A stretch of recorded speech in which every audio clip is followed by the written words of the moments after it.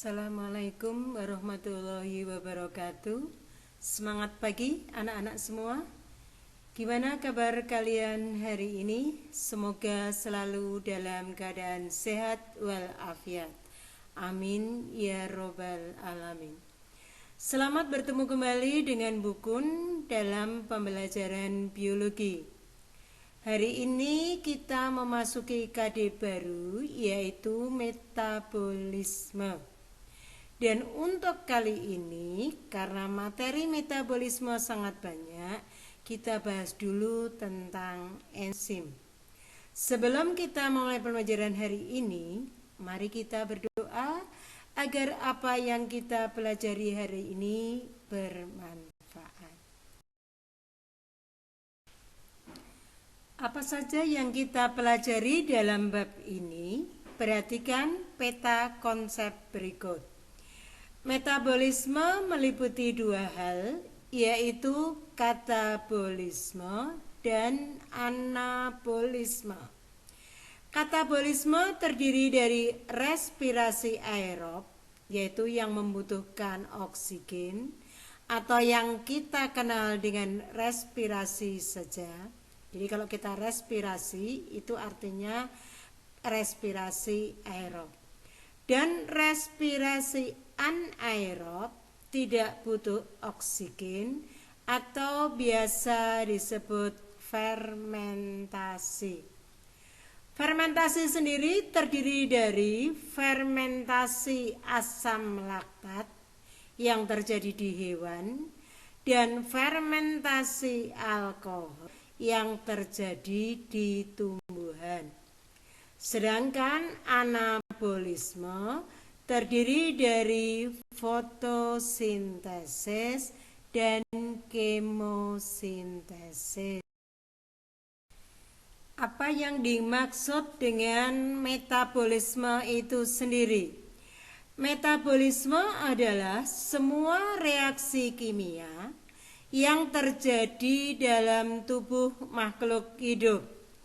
Karena reaksi kimia, maka materi ini nanti sangat banyak berhubungan dengan biokimia. Reaksi kimia memerlukan katalis, yaitu zat yang untuk mempercepat proses reaksi, di mana zat tersebut adalah enzim. Dan dalam pertemuan kali ini itulah yang akan kita bahas, yaitu sementara kita membahas enzim dulu. Enzim adalah biokatalisator organik yang dihasilkan organisme hidup di dalam protoplasma, yang terdiri atas protein atau senyawa yang mampu berikatan dengan protein. Enzim mempunyai sifat yang pertama adalah biokatalisator, yaitu mempercepat reaksi kimia dengan cara menurunkan energi aktivasi. Yang kedua, bersifat termolabil, karena enzim tersusun oleh protein sehingga tidak tahan panas. Dan yang ketiga, enzim bekerja spesifik. One enzim, one substrat. Satu enzim hanya untuk satu substrat. Keempat, enzim bekerja bolak-balik, dapat menguraikan suatu senyawa menjadi senyawa lain atau sebaliknya. Terakhir, kerja enzim dipengaruhi oleh lingkungan. Nanti macam-macam lingkungan yang mempengaruhi kerja enzim akan kita bahas pada slide selanjutnya. Perhatikan gambar struktur enzim pada slide ini. Struktur enzim meliputi dua, yaitu apoenzim dan gugus prostetik. Apoenzim merupakan bagian yang tidak aktif tersusun oleh protein bersifat termolabil atau tidak tahan terhadap panas. Sedangkan gugus prostetik adalah bagian sisi aktif enzim berupa unsur logam atau bahan organik tetapi yang bukan protein disebut koenzim. Misalnya vitamin B. Jadi kalau yang protein itu merupakan apoenzim, sedangkan yang bukan protein adalah gugus protestik yang berupa koenzim. Dia terbuat dari bahan organik. Tetapi kalau dia berupa unsur logam seperti Fe misalnya, itu merupakan gugus protestik. Apoenzim dan gugus protestik yang bersatu, jadi dalam satu ikatan, itu disebut holoenzim. Bagaimana kerja enzim? Cara kerja enzim ada dua, yaitu key and lock, kunci dan gembok, dan induksi pas atau induksi feed. Model key in lock bisa kita lihat dari gambar, di mana enzim dimisalkan oleh gembok, substrat dimisalkan sebagai kunci, karena dapat berikatan secara pas dengan sisi aktif enzim atau gembok tadi. Seperti kita tahu, satu kunci hanya untuk satu gembok. Satu kunci hanya untuk satu gembok. Kunci yang sini tidak bisa digunakan untuk membuka pintu yang lain, karena bentuknya harus sama. Sehingga dalam hal ini bentuk sisi aktif harus sama dengan substrat. Sementara model induksi pas atau induksi feed terjadi karena sisi aktif enzim dapat berubah bentuk sesuai bentuk substrat. Ingat, yang berubah adalah sisi aktif enzimnya. Yang berubah adalah sisi aktif enzimnya, bukan substratnya. Jadi yang menyesuaikan adalah enzimnya. Salah satu sifat enzim yang sudah buku jelaskan di depan tadi, yaitu kerja enzim dipengaruhi oleh lingkungan. Lingkungan yang dimaksud yang mempengaruhi kerja enzim diantaranya adalah suhu, pH itu derajat keasaman berkisar antara 1 sampai 14. Kemudian konsentrasi enzim, konsentrasi substrat, inhibitor atau zat penghambat, dan aktivator atau zat pengaktif. Perhatikan ke-6 grafik faktor-faktor yang mempengaruhi kerja enzim berikut. Grafik yang pertama adalah pengaruh suhu yang ada di sebelah atas paling kiri. Dari grafik itu nampak bahwa enzim bekerja pada suhu optimum. Seperti nampak pada grafik ini, di mana suhu optimumnya adalah 40 derajat Celcius. Reaksi berjalan paling cepat pada suhu optimum. Pada suhu yang sangat rendah, enzim tidak bisa bekerja. Sementara pada suhu yang sangat tinggi, enzim rusak. Maka kalau makanan itu dimasukkan dalam kulkas atau dipanaskan menjadi awet, karena enzim pada bakteri itu rusak. Kemudian gambar yang kedua, yang atas tengah, itu adalah grafik pengaruh pH terhadap enzim. Enzim bekerja optimum pada pH netral yaitu 6,8 sampai 7,2. Enzim tidak bisa bekerja pada pH yang sangat rendah atau asam maupun pH yang tinggi atau basa. Kemudian grafik yang ketiga adalah grafik faktor konsentrasi enzim terhadap kecepatan reaksi. Yang atas paling kanan. Dari grafik ini bisa kita lihat bahwa pada awal reaksi, kecepatan reaksi akan naik. Tetapi pada kondisi tertentu akan konstan, stuck. Dia grafiknya mendatar. Hal ini terjadi karena enzim sudah tidak bisa menguraikan substrat lagi. Sementara pada grafik keempat itu hampir sama, yaitu untuk konsentrasi substrat. Pada awal reaksi, kecepatan reaksi akan naik, tapi pelan, tidak secepat yang konsentrasi enzim. Tetapi pada kondisi tertentu akan konstan karena reaksi sudah tidak bisa berjalan lagi. Analognya kalau kita membuat cairan gula, airnya 1 gelas, gulanya setengah lebih. Awal gula bisa mencair, tapi lama-lama gula tidak bisa mencair lagi.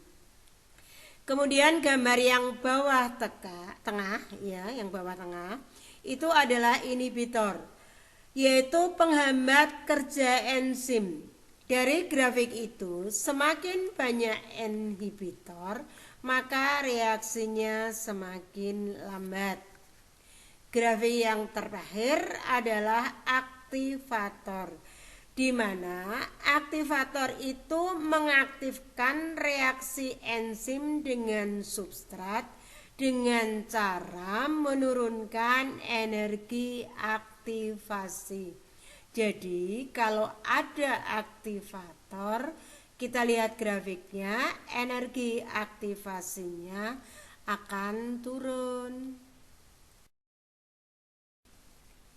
Dalam kondisi normal, sisi aktif enzim akan berikatan dengan substrat. Kita perhatikan gambarnya yang paling kiri. Tetapi jika ada inhibitor, maka ikatan enzim dan substrat akan terganggu, karena sifat inhibitor ini adalah penghambat. Inhibitor ada 2 macam, yaitu inhibitor kompetitif dan inhibitor non-kompetitif. Kita bandingkan gambar antara reaksi normal jika ada inhibitor kompetitif dan jika ada inhibitor non-kompetitif. Dalam kondisi normal, sisi aktif enzim berikatan dengan substrat. Sementara jika ada inhibitor kompetitif itu artinya persaingan, yaitu jika bentuk inhibitor berbeda dengan sisi aktif enzim. Substrat masih bisa berikatan dengan enzim. Baik substrat maupun inhibitor tetap dapat berikatan, tetapi walau begitu reaksinya akan menjadi lebih lambat. Analoginya seperti kalau kalian sedang berjalan dan harus membawa beban yang banyak, otomatis perjalanan kalian akan menjadi lebih lambat. Beda dengan yang inhibitor non-kompetitif atau tidak terjadi persaingan. Bentuk inhibitor sama dengan sisi aktif enzim. Dan inhibitor lebih kuat daripada substrat, sehingga inhibitor menempel pada enzim dan substrat tidak bisa berikatan dengan enzim. Contohnya gini, ada seorang cewek ditaksir oleh 2 cowok.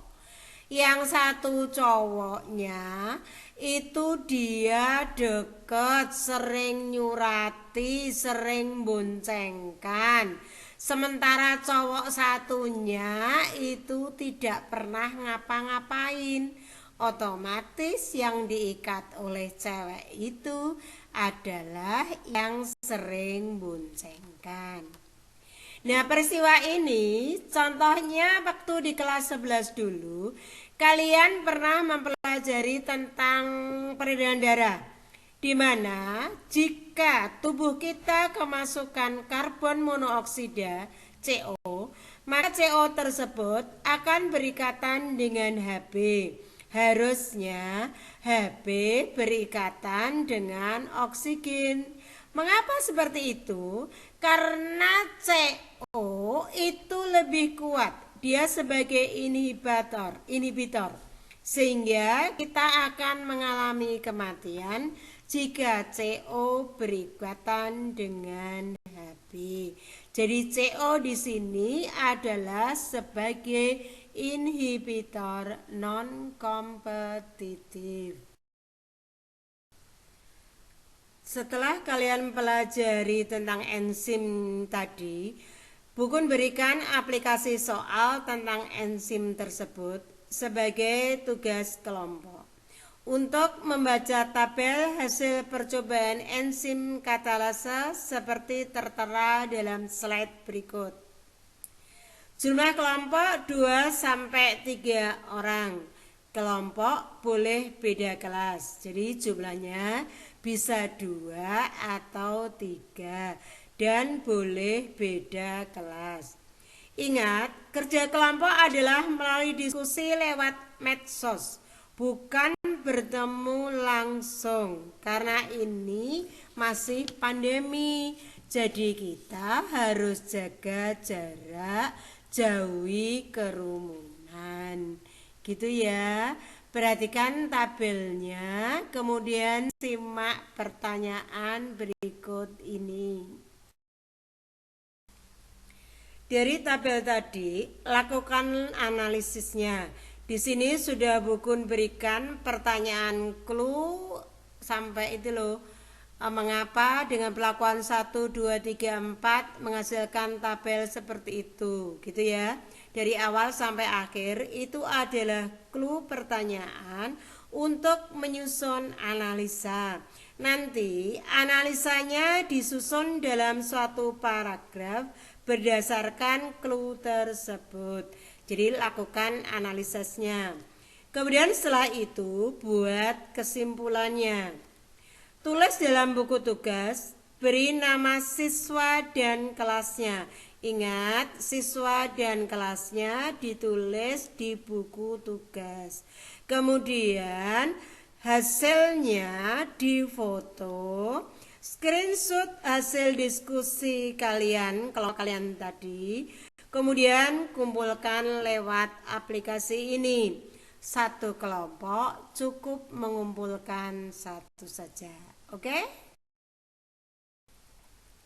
Demikian anak-anakku semua, semoga apa yang kita pelajari hari ini bermanfaat. Dan jangan lupa, jika kalian mengalami kesulitan, segera komunikasikan dengan Bukun lewat chat WA 081 328 155 646. Jaga kesehatan, lakukan progres, dan yang terpenting, jangan lupa untuk bahagia. Demikian, terima kasih. Wassalamualaikum warahmatullahi wabarakatuh.